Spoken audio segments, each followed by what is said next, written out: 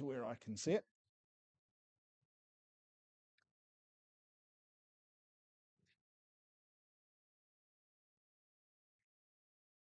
Stop wobbling. All right, there we go. Excellent, we're away. So, my name is Andrew Mulcahy and I work for an organisation called Creation Ministries International. Has anyone heard of us before? Oh, a few, just a few. All right, well, we have been around for over 45 years now. And so this morning, what I want to talk briefly about is the creation account in the book of Genesis and the importance of defending our faith.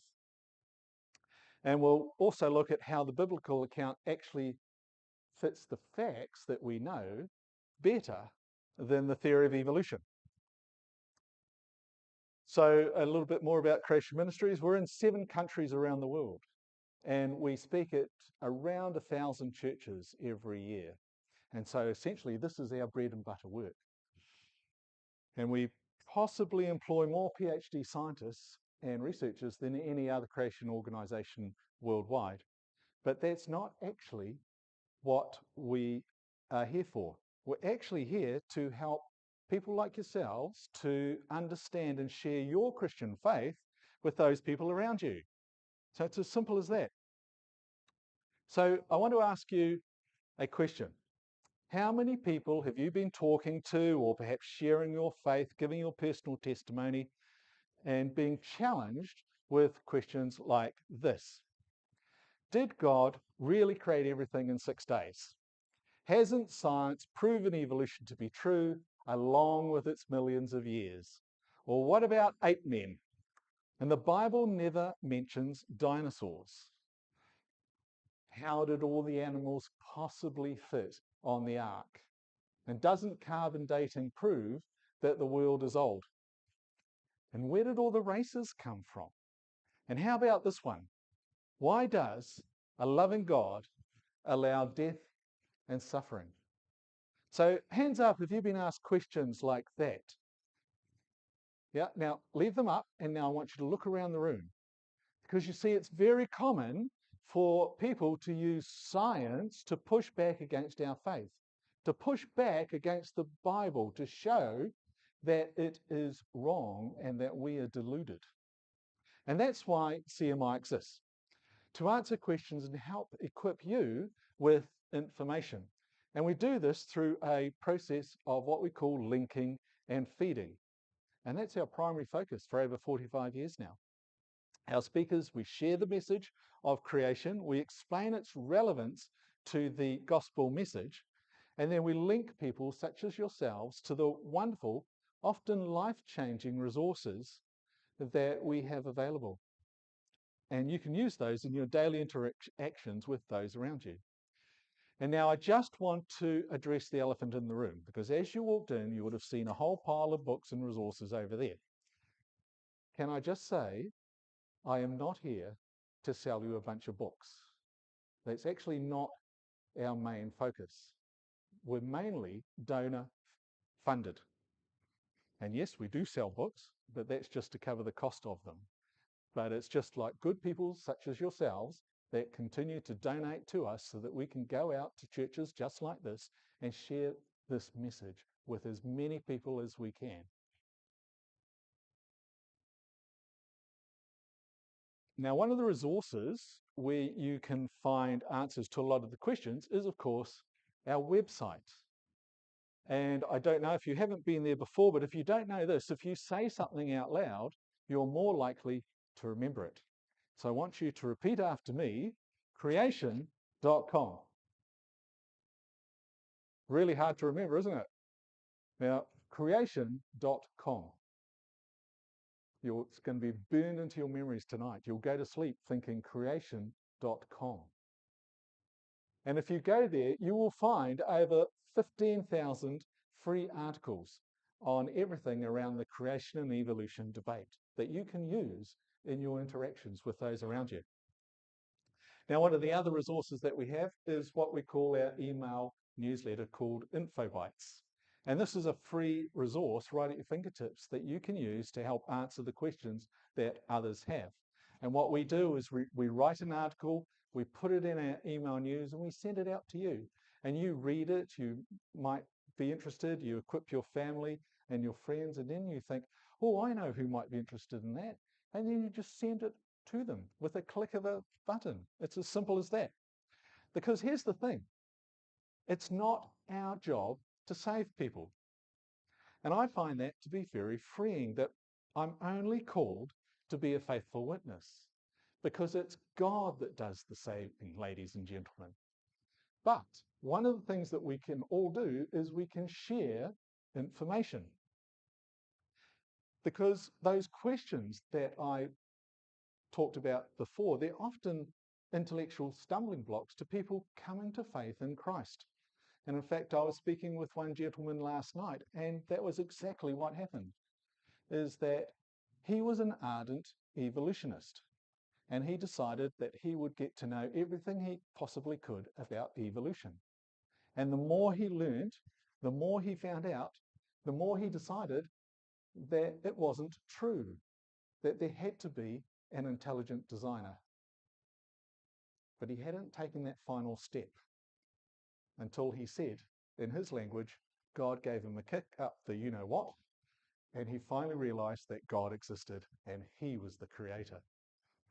And so and those testimonies we get all the time. So what we're going to do is I will ask these two lovely ladies in the front to just go around with these clipboards. And if you want to sign up to the email newsletter, just fill it out, and then my lovely ladies will collect them at the end. And while we're doing that, we will just carry on with the talks. So all you need to do is put your name, phone number, postcode, because that's for our statistical analysis, and of course, an email address. There is a tragedy happening all around us 24/7, and that is that people are spiritually dying. They are spiritually drowning. They are looking for answers to the questions that we all have. But so many of them are in deep water, looking for that solid ground, and yet they're being pounded by waves of doubt. And they're full of questions like, is there really a God? Does he love me? Or how about this one? Oh, we went past it. Is the Bible true? And can I say that in our culture today, that last question has been answered with a resounding no. It is not true. And the reason is because most people believe that evolution and its accompanying millions of years is proven scientific fact. They believe that if that is true, then the Bible cannot possibly be true. But in fact, I think it's more like a tsunami, that people are being pulled away from the solid rock of God's word that we're called to have trust and faith in. And my question for us all here today is, are you willing to equip and train yourself with the answers to the tough questions, so that you can be the one that comes alongside somebody that's full of doubt, full of fear, full of hopelessness, and guide them, instead of being just the one that just stands aside and watch that person drown? Because 1 Peter 3:15 says that we are always to be ready to give a defense to everyone who asks you a reason for the hope that is in you. And does that sound like a suggestion or a command? Now, it's a command, and it's a command for every believer. And the interesting thing is that the ancient Greek word used here in Scripture for defense is apologia. And that was an ancient Greek legal term used in the courts of law in order to describe what a lawyer might do in defending a client. So what about you? Are you always prepared to give an answer for your faith? Especially in the area around the creation evolution debate? Because a lot of people think that the creation and evolution debate is sort of a side issue, that there are far more important things that we should be focusing on or doing. But the truth is that the creation account is central to the gospel message, as well as every other Christian doctrine contained in the Bible. Now we're going to take a quick look at science. And did you know that there are statements in the Bible that have scientific implications? In fact, in the very first chapter of Genesis, chapter 1, there's a phrase that's repeated 10 times. And essentially it says that God created plants and animals to reproduce according to its kind. Exactly. And so that means that apple seeds grow into apple trees. Dogs give birth to dogs. Chickens lay eggs that turn into chickens. Exactly. What we're talking about here is the genetic information that God implanted in the original kinds has been passed down through the generations. But most people are told a very different story than that. Most people are told that over millions and millions and millions of years, through the process of chemical evolution, natural selection, and random mutation, a blob of goo eventually becomes you. Or to put simply, goo to you via the zoo. And see, that's why we need to have a reasoned, rational, and logical answer in defense of our faith. Now, perhaps you've heard of Barnard Research Institute in the States. And they did a recent study which showed that 2/3 of US youth raised in Christian homes are leaving the faith. But of course, we're talking about somebody else's children, somebody else's grandchildren, not yours, right? Well, studies in New Zealand and in fact every Western culture show exactly the same thing. We are losing the youth. And one of the major reasons is because of the apparent conflict between science and Christianity. Now, to look at this a little bit deeper, CMI went onto a college campuses in the States a few years ago, and they made this documentary called Fallout. And basically what they did was they first located all the students that claimed that they had regularly attended church in the past, and then they asked them a series of questions. And the first question is, do you believe in evolution or creation? Not surprisingly, the majority of students said that they believed in evolution. And out of the hundreds of students surveyed, only 5 said that they still believed in creation. Then they were asked if they had been given any scientific evidence that supported the historical account as contained in the Bible. And once again, not surprisingly, every student that was raised in a Christian home but now believed in evolution, all except one young man, said that they'd been shown no information. And of the 5 that still believed in biblical creation, every single one of them had been shown information. And then the last question, do you still attend church? And of all those that now believed in evolution, all but 1 no longer attended church. And of the 5 that still believed in creation, every single one of them still faithfully and regularly attended church. And to me, that's very telling. But you may be sitting there thinking, well, look, people drop out of church for all sorts of reasons. And you are absolutely correct. It is a complicated issue. But one of the major reasons given in surveys time and time again is the apparent conflict between science and Christianity. But here's the thing, because the issue of creation in the book of Genesis versus evolution is not actually about the science. Now, I've depicted the battle here between them like 2 trees. And we know that Jesus spoke a lot about trees. He spoke a lot about fruit. And trees produce fruit according to their nature. And if you look at the screen at the tree on the left-hand side, that tree is called humanism. Well, humanism is a belief system where mankind, humans, we are the ultimate authority, that we know it all, we know best. And in this worldview, you can make up your own beliefs about everything and anything. Well, why do people believe that? Well, look at the soil. And that tree is planted in the belief in naturalism. In other words, there is a natural explanation for everything. And man has the final word and is the final authority. There is no God. There is no creator. But here's the thing, because evolution is not a theory. It is nothing more than a concept. That 13.7 billion years ago, there was a big bang out of nothing for no apparent reason, and that everything through time and random chances produced all that we see, including you and I. And if people subscribe to that as their belief system, their worldview, what type of fruit do you think they might produce? Well, let's look at some of the problems. Abortion, euthanasia, non-traditional marriage, racism, murder, gender ideology. And we could keep going, we could keep adding to it. But I submit to you, they are not actually the problem. They are the symptom or the fruit of, if you like, the underlying foundational problem, which is evolution, with its roots in naturalism. Now we're going to compare that with the tree on the right-hand side, the tree of Christianity.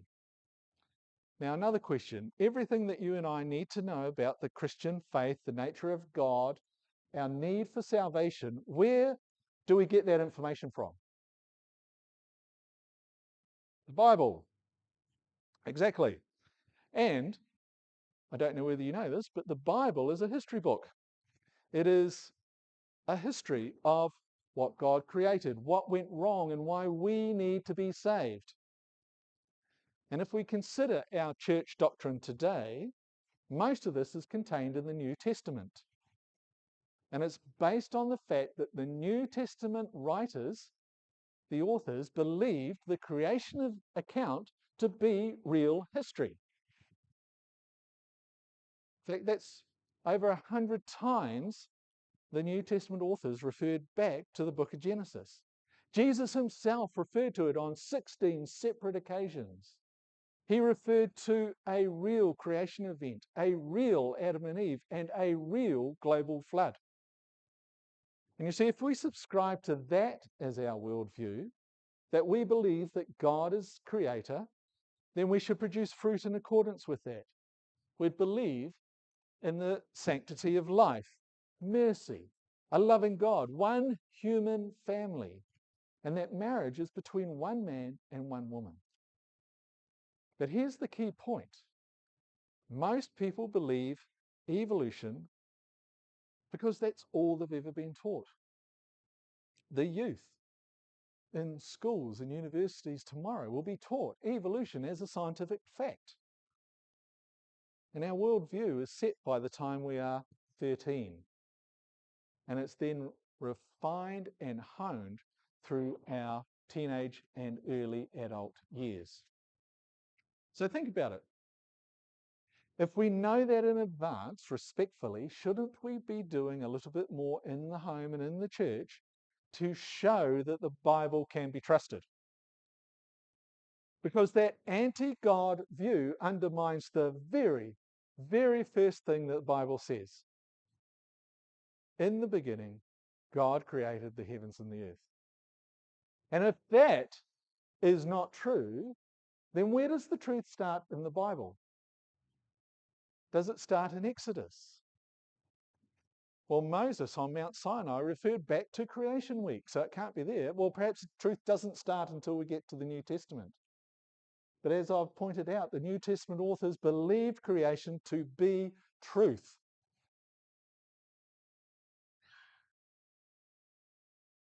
Now, our beliefs about where we came from ultimately affect our worldview. And our worldview are like a set of lenses or glasses through which we not only view, but we interpret the world, including our children. And our worldviews come from a belief about where we come from. And there's only two options. It's either evolution or it's creation. And if evolution is true, is there any ultimate meaning and purpose to our lives? Well, no, because we're just evolved pond scum, an accident of nature. What about what happens to you when you die? Well, there is no life after death. But if the Bible is true, that God is creator and that you and I were fearfully and wonderfully made with meaning and purpose in His image, and that the decisions that we make in this life, they're going to affect where we spend eternity. Do you realize that the questions, why are we here? Where do we go? Will always be determined by the number one question, where did I come from? And once again, there are only two options. It's either creation or it's evolution.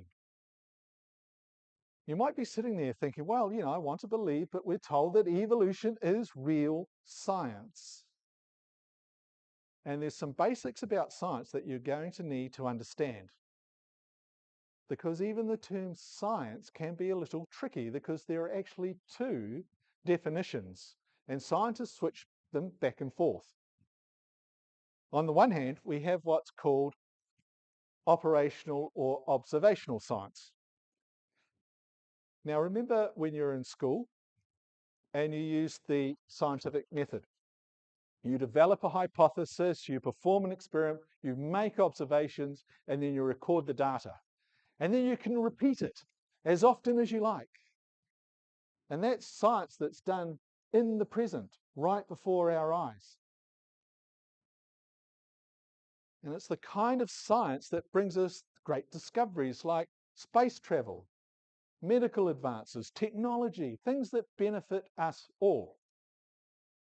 However, did you know that when we're talking about evolution, or for that matter, anything that happened in the past, it's a different science. It's what we call historic, or historical, or forensic science. Now, say someone here believed that a fish, over millions and millions of years, through passing on its genetic information to future generations and through random mutations, could one day grow legs and crawl onto land. Now, if you believe that to be the case, can you do an experiment to show that's true? Can you observe it happening? Is it repeatable? The answer is no, it's not, because it's not done in the present. It's in the past. We can't observe it in action, and we cannot repeat it. In fact, all the evidence and the facts that we have exist in the present. So when we dig up a fossil,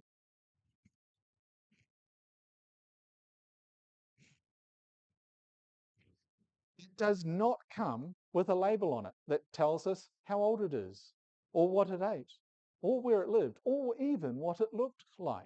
What happens is that we take the information, the facts that we have in the present, and we paint a picture of what we think happened in the past. Because the evidence does not speak for itself. The evidence must be interpreted. Now we're going to do a little quiz with a show of hands, asking who has the most facts? Evolution or creation? Who thinks that evolution has the most facts?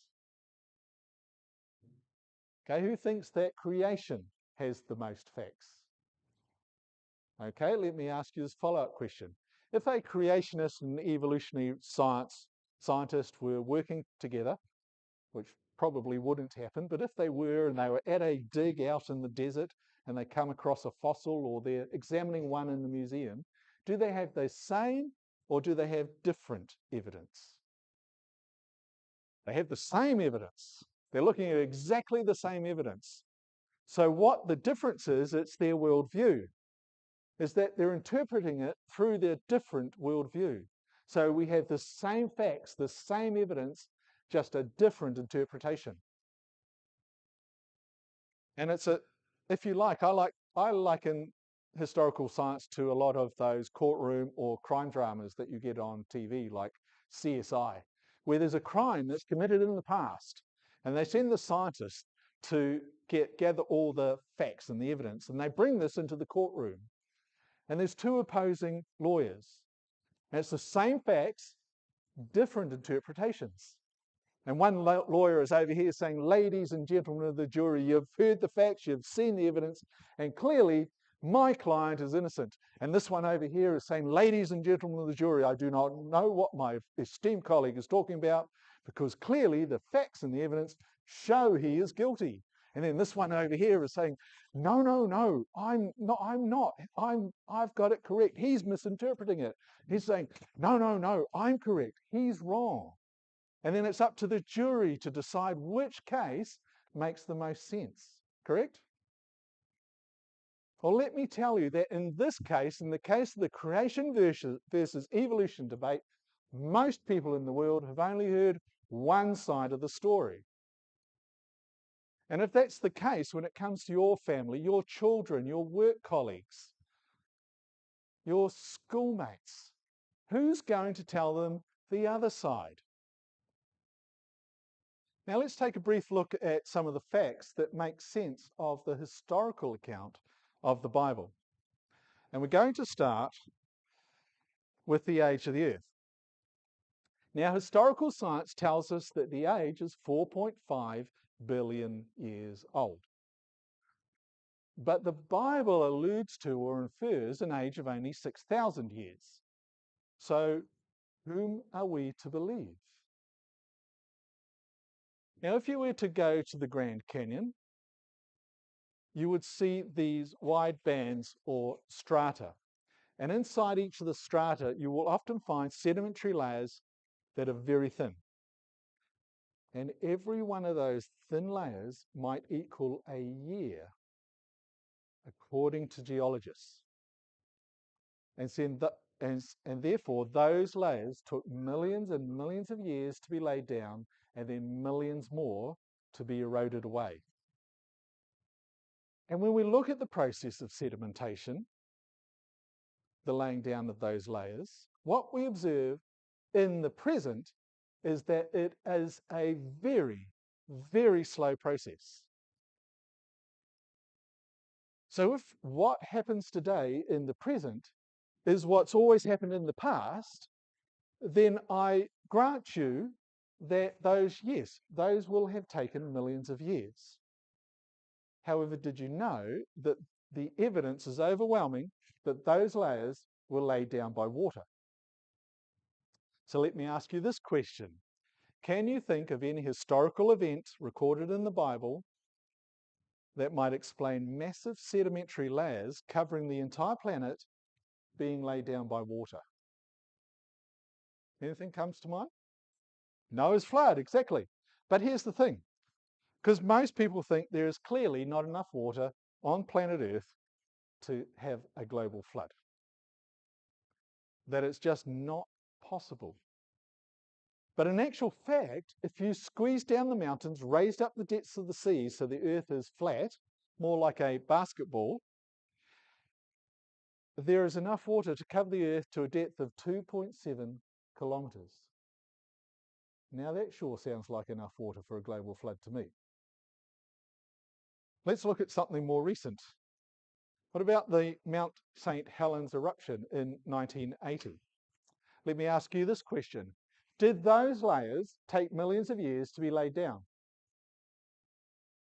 Well, actually, in this case, these layers were laid down during 3 separate events. And the middle layer was laid down on June 12, 1980 in 3 hours. 3 hours. And if you were to go to Mount St. Helens, you're likely to see this canyon. And this is called the Little Grand Canyon. It's 1/40th the scale of the actual Grand Canyon. But if you weren't there to see it form, you might reasonably assume that that tiny, tiny, tiny river in the bottom of it took millions of years to just cut its way through that solid rock. And you would be wrong. Because you see, this canyon was formed in only one day. And that was March 19th, 1982, when a flow came through at motorway speeds, cutting through the then soft layers that now, decades later, have turned to stone. So, ladies and gentlemen of the jury, do you see that the evidence supports the historical account of the Bible as opposed to the evolutionary idea of millions of years, which most people are taught as scientific fact? The canyon formed the river, not the other way round. And then there's the question of fossils, because as everybody knows, it takes millions of years for a fossil to form. Well, how do you answer a statement like that? Because if you open up a textbook or look online or go to a museum, you're likely to find an explanation, something like this, that when a fish dies, it sinks to the bottom of the ocean, it's slowly buried over millions and millions of years. And then through a process called permineralization, the bones are turned to stone. And then perhaps millions of years later, through a paleontological dig or erosion, those fossilized remains are found. And yes, it does kind of make sense, doesn't it? It sounds logical. But is that what we observe in the real world? Does anybody here keep fish? Have an aquarium? Any fishermen or fisher persons amongst us? Yeah, so if you go fishing and there's a dead fish or a fish dies, where do you find it? Yeah, well, slightly before that. Yes, well, before it's eaten, it usually floats. Like if a fish or any animal in the sea dies, it floats. Like dead whales. We see them all the time, don't we, on TV? And then, so 90% of the time it's going to be floating. And then it's attacked by predators and eaten.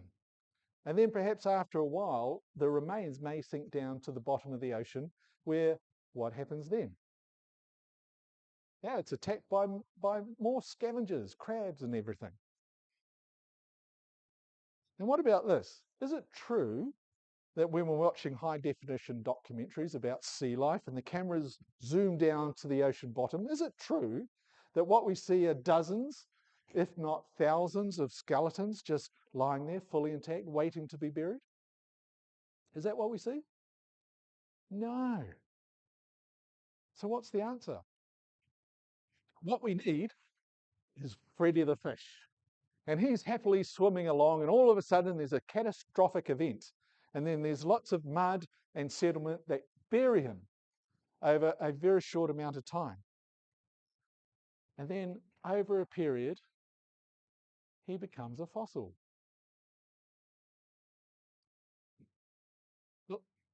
And so this is what's called rapid burial. So is there any evidence that this is what we observe, that this is how fossils are created? Well, let's check this out. Here's a fish that was buried so quickly that it was buried in the middle of eating its lunch. Talk about long lunch hours. This is a very recent discovery. It's an aquatic reptile called Dinocephalosaurus orientalis, or for people like you and I, a Chinese dragon. Now note how perfect that skeleton is. It clearly hasn't been attacked by predators. Otherwise the bones would be scattered everywhere. And the other thing of interest is the neck is a semicircle. And we know from scientific experience that that means that that animal drowned in water. And we see that time and time and time again with fossils that are dug up. Well, how about this one? It's one of my favorites. This is called an ichthyosaur, which is really just an ancient, enormous dolphin. This one was buried so quickly that it was in the process of giving birth. Boy, that's a long labour. And then, most recent discoveries, well, it's not that recent, it's 1997. But accidentally, scientists discovered that a leg bone from a fossilized T-Rex dinosaur was actually not fully fossilized. And in fact, it contains soft tissue. along with blood vessels and red blood cells. And in Dr. Mary Schweitzer's own words, it was exactly looking like a slice of modern bone. And what she had discovered was still soft and stretchy, as you expect with something that had died and was buried rapidly quite recently. And the problem is that not only should the bone be fully fossilized after 65 million years, it should not contain soft tissue. It should not contain red blood cells. And in fact, they've been finding them now more and more because now they're actually looking for it. And researchers are finding more and more of it.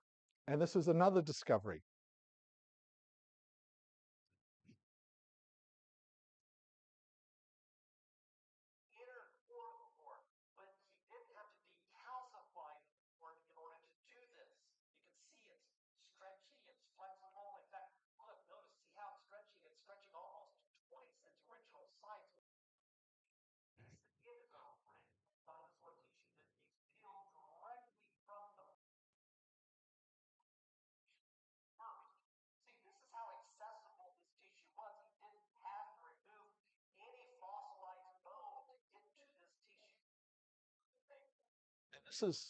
This is from a triceratops, the horn of the triceratops. But you see how stretchy that is. After 65 million years, it should not be like that. It should have turned to stone. But not only that, they're also bringing up blood vessels. And now they're actually even discovering fragments of DNA. Now, DNA cannot last more than 3 million years maximum. That's under ideal conditions. So how could you possibly get fragments of DNA from something that is supposedly 65 million years? And so the scientists are scrabbling for answers. And everything they've come up with so far has been shot down, except the only possible answer is that the dinosaur fossils cannot possibly be 65 million years. But they won't go there. Now, ladies and gentlemen of the jury, do you see once again that the evidence does not support the evolutionary idea of millions of years that people are taught as scientific fact? It actually supports the historical account as contained in the Bible. And you might be sitting there thinking, well, you know, what's the big deal about millions of years anyway? We should just be focusing on the Bible, focusing on the important things like biblical morality and stick to important doctrines that affect us today. But do you think that if we could squeeze millions and millions of years into the historical account, do you think that might impact on some important doctrines? So let's take a quick look at that. For example, do you know that some people in the church say that each day in Genesis represents millions of years? You might have heard that. And I want to let you know that if people take that view, then they have a huge, huge theological problem. Because you see, if those millions of years are true, and if they were before Adam, then that means that the sedimentary layers, which is where we get those millions of years, contain dead things. And that would mean that we would have death before the fall, death before sin, death before the curse. Let's take a look at this a little bit further. You see, in the last verse of Genesis 1, God said for the seventh time that his creation wasn't just good, it was very good. Exactly. So what does a very good world look like? There was no sin. There was no death. There was no sorrow. There was no pain, because we were made to be with our Creator in perfect harmony. But we know that we don't live in a world like that anymore, do we? You recall the conversation that God had with Adam about the tree of the knowledge of good and evil. And he specifically said that when you eat of the tree of the knowledge of good and evil, you will surely die. That is when death came into the world. Because we worship a loving God, but we also worship a just God. And the penalty for disobedience, for sin, is death. And the good news is that God sent his Son, Jesus Christ, who was God in the flesh, who knew no sin, to take our sin on his body when he was sacrificed on the cross. And for those that are in Christ, there will be a new heavens and a new earth. And the book of Revelation tells us that. No more sorrow, no more pain, no more death. And yet, if we say that Adam was preceded by millions of years, as many people argue, then we would have suffering, disease, and death before the fall. So when we say that those millions of years of death, disease, and suffering preceded Adam, what we're doing is we're actually turning the gospel upside down. Because the Bible tells us that it was paradise at the beginning and it's going to be paradise at the end. And if you don't believe me, perhaps you'll believe this atheist who was in a debate with a Christian, and he said the following. He said, the most devastating thing, though, that biology did to Christianity was the discovery of biological evolution. Now that we know that Adam and Eve were never real people, the central myth of Christianity is destroyed. He went on to say, if there never was an Adam and Eve, then there never was an original sin. Well, guess what? If there never was an original sin, then there is no need of salvation. And if there's no need of salvation, there's no need of a saviour. And I submit that puts Jesus, historical or otherwise, into the ranks of the unemployed. I think evolution is absolutely the death knell of Christianity. And on that last point, he is absolutely correct, because the evolutionary millions of years is not something that is compatible with the gospel. You might be thinking, well, come on, millions of years, it's no big deal. We shouldn't cause division, particularly in the church. I mean, why should we limit God on how he created? Don't you think it's about time that we believe God has already told us how he created through his inerrant word?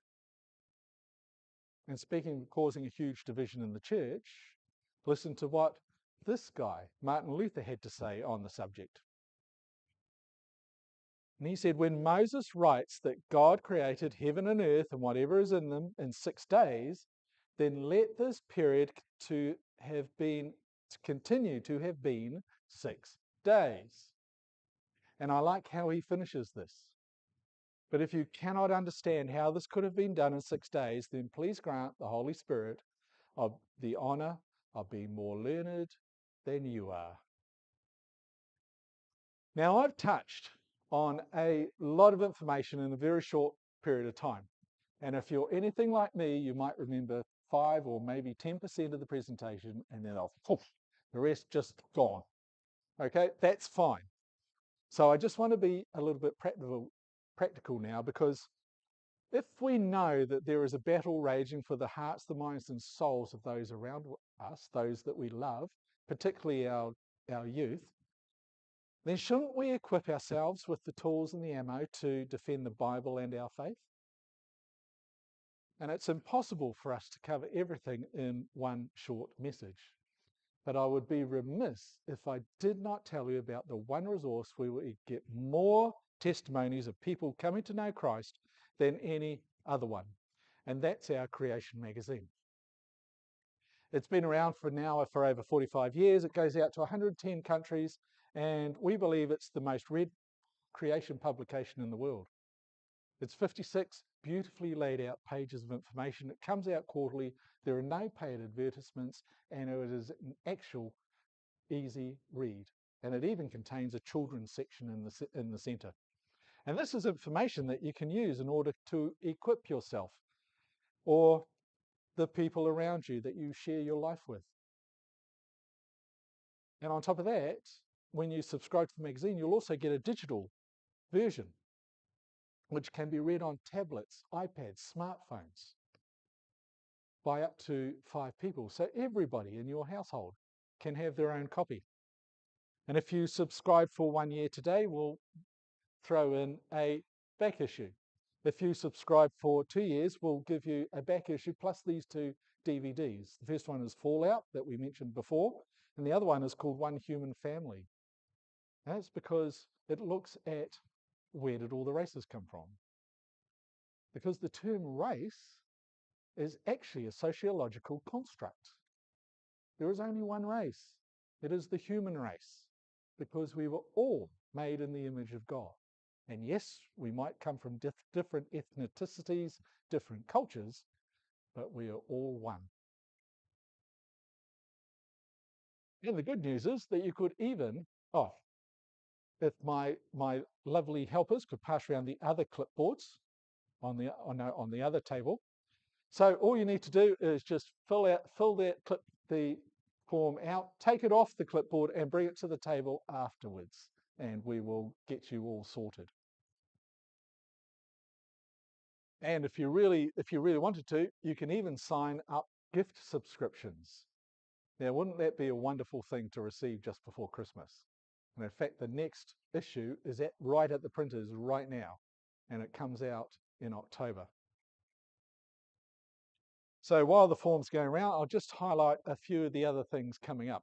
First up is that we have a mini tour by Dr. Robert Carter, who's a geneticist biologist based in the States, and I'm bringing him out for a 2-week tour.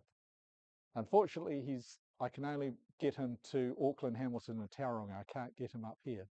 But if you're in Auckland, check him out. It's in October, the last 2 weeks of October, and we're having a gala dinner on October the 17th, where he's going to be talking about his new video, which has just come out, called Ancient DNA. And this is actually a brand new field of study for scientists. And what they're doing is they're extracting fragments of DNA from fossils and skeletons that they've dug up, and they're trying to link the migratory patterns of humanity back through the world to Africa. Of course, we know that it's actually a bit further north. It's actually in the Middle East, called the Tower of Babel. And so Rob Carter he's very much into this, because it's all around genetics. And so he's brought out this video, and he's going to be speaking on this when he's over here in October.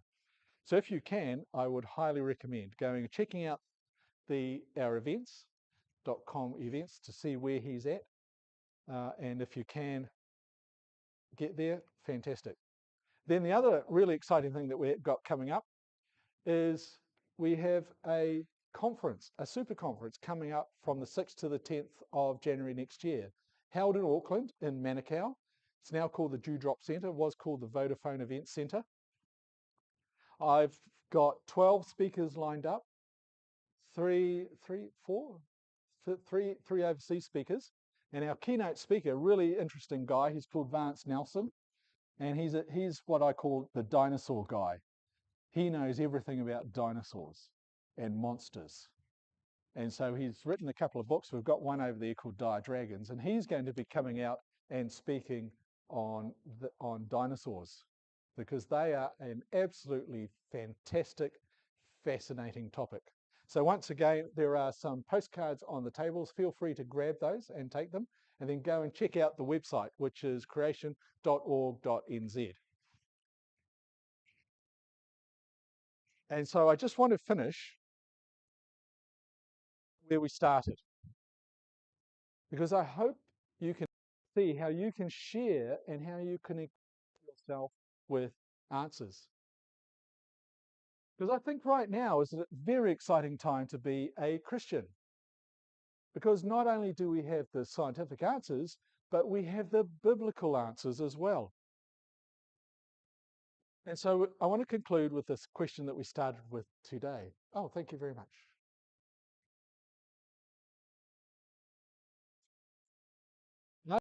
To help the lost, those that are struggling, those that are seeking the truth but don't know where to turn, those that are full of doubts, full of despair, because the world is telling them they are nothing special. They are nothing more than an accident of nature, that their lives have no meaning and no purpose. Are you willing to equip yourself with the answers to the questions that those sorts of people have, so that you too can fulfill the command, always be ready to give a defense to everyone who asks you the reason for the hope that is in you? And I want to leave you with this one final thought. What now? What can I do? If you were to ask me, I would say you can equip yourself. What should I do? Once again, if you were to ask me, I would say you should equip yourself. What about this one? What is God telling me to do? I would hope that if you would ask him, that his answer would be that you should equip yourself. And then this final question, what am I willing to do? And that, ladies and gentlemen, is the $64,000 question only you can answer. Thank you.